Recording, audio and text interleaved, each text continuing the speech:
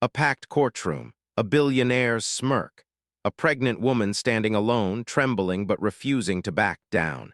And then in front of everyone, his mistress does the unthinkable. She kicks her. Hard, right in the stomach. What no one knows is that the judge watching from the bench isn't just any judge. He's the father she never knew existed. And tonight, everything is about to explode. This is a story about power, abuse, and the kind of justice that hits harder than anyone imagined.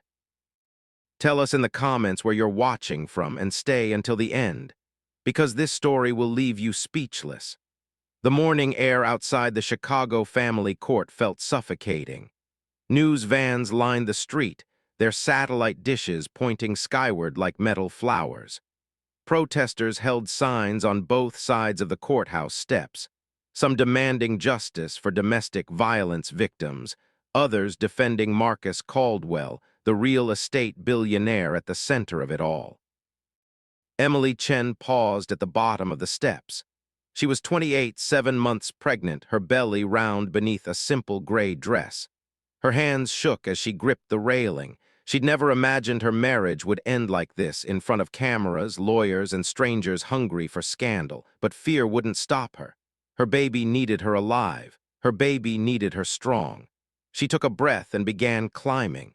Camera flashes exploded around her. A reporter shouted her name, asking if the rumors about her instability were true.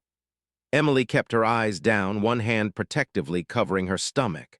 A sleek black Mercedes pulled up to the curb. The crowd shifted, voices rising. Marcus Caldwell stepped out first, designer suit, styled hair, confident smile. He looked like a man attending a premiere, not a custody hearing. Beside him emerged Vanessa Storm, 32, flawless in a fitted cream dress. She laughed at something Marcus whispered, her hand resting possessively on his arm. They walked like royalty, ignoring the chaos they'd created. The contrast between their polished confidence and Emily's terrified vulnerability made people whisper. Inside, the courtroom felt arctic. High ceilings made every sound echo. Emily sat at the petitioner's table beside her attorney, trying to steady her breathing. Her heart hammered against her ribs. At the front sat Judge Daniel Reeves. Silver-haired, composed, radiating decades of experience. His eyes swept the room with practiced authority. But when his gaze landed on Emily, something flickered. A sensation he couldn't name, like recognizing someone from a dream he'd forgotten. He forced himself to remain professional. The hearing began. Emily's attorney outlined her petition: protection, financial support, primary custody. The argument was calm, factual, built on documented patterns of control and emotional abuse. Emily kept her hand on her belly, feeling her baby move beneath her palm as if sensing the tension. Marcus's attorney rose with rehearsed concern. He claimed Emily suffered from hormone-induced paranoia. He suggested she misinterpreted normal marital disagreements. He even hinted that pregnancy had made her emotionally unstable. The courtroom shifted uncomfortably, but Marcus sat back, confident in the narrative he'd paid to build. Behind Marcus, Vanessa crossed her arms, smirking. Every time Emily's name was mentioned, Vanessa rolled her eyes and whispered something sharp. Her contempt was so obvious that even Marcus's attorney glanced back nervously.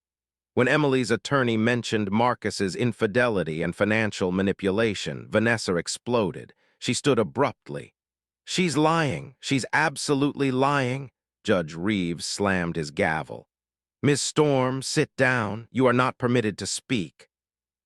Marcus reached back calmly, placing a hand on Vanessa's arm, a possessive gesture meant to reassure her he remained in control. Vanessa sank into her seat, jaw clenched, fury radiating from her eyes. The judge motioned for Emily to speak. Emily stood slowly, her hand still on her stomach. Her voice came out quiet but clear. She described nights when Marcus cut off her credit cards. She described weeks when he forbade her from seeing friends. She described threats disguised as concern for her mental clarity. As she spoke, the room grew still. Even skeptics found themselves listening. Vanessa couldn't stand it. She gripped her seat until her knuckles turned white. Then it happened. Vanessa lunged forward with explosive rage. She's faking. She's trying to destroy him. Before anyone could react, Vanessa delivered a vicious kick straight into Emily's abdomen. A collective scream tore through the courtroom. Emily collapsed instantly, hitting the wooden floor hard. Her hands clutched her stomach as a sharp cry escaped her lips, raw, instinctive, terrified. Fluid spilled onto the courtroom floor. The room erupted. Reporters shouted. Attorneys stumbled over chairs. Security rushed forward. Judge Reeves froze. Then something inside him snapped. His face drained of color. His voice, usually steady, burst out in a shout that shook the walls. "Security! Call an ambulance now!" His eyes locked on Emily, trembling on the floor, struggling to breathe, fingers desperately trying to protect the life inside her. And for reasons he couldn't yet understand, the sight hit him with grief he'd never felt before. The ambulance wailed through traffic. Emily lay on the gurney, paramedics working urgently around her. One pressed a monitor to her abdomen, searching for the fetal heartbeat.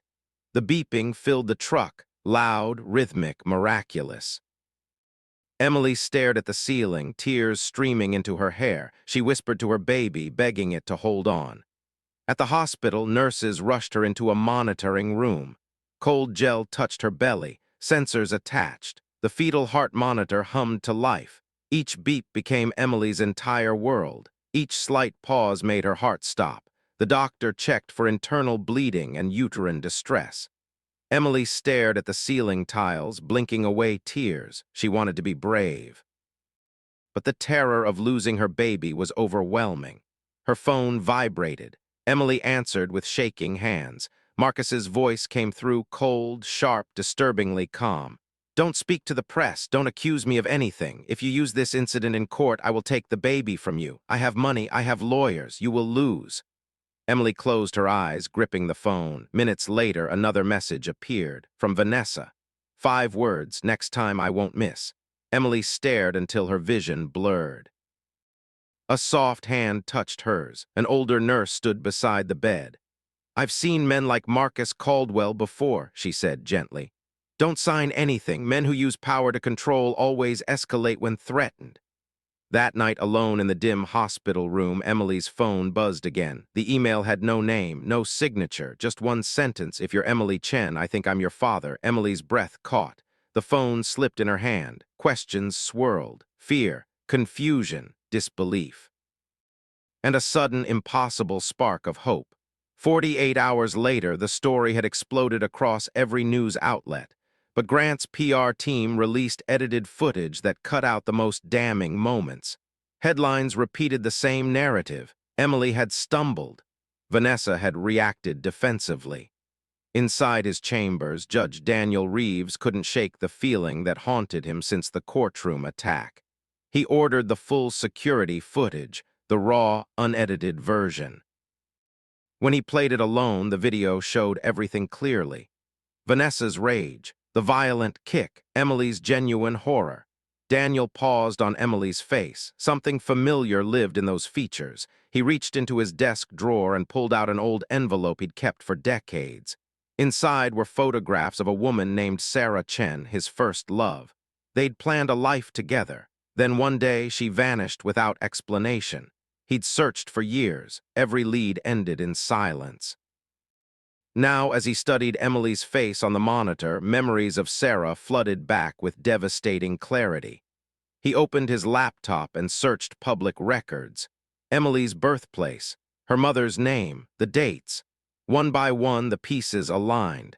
Her age matched exactly with the year Sarah disappeared. Her mother's name matched the woman he'd loved. Daniel's hands shook. Everything pointed to one impossible conclusion.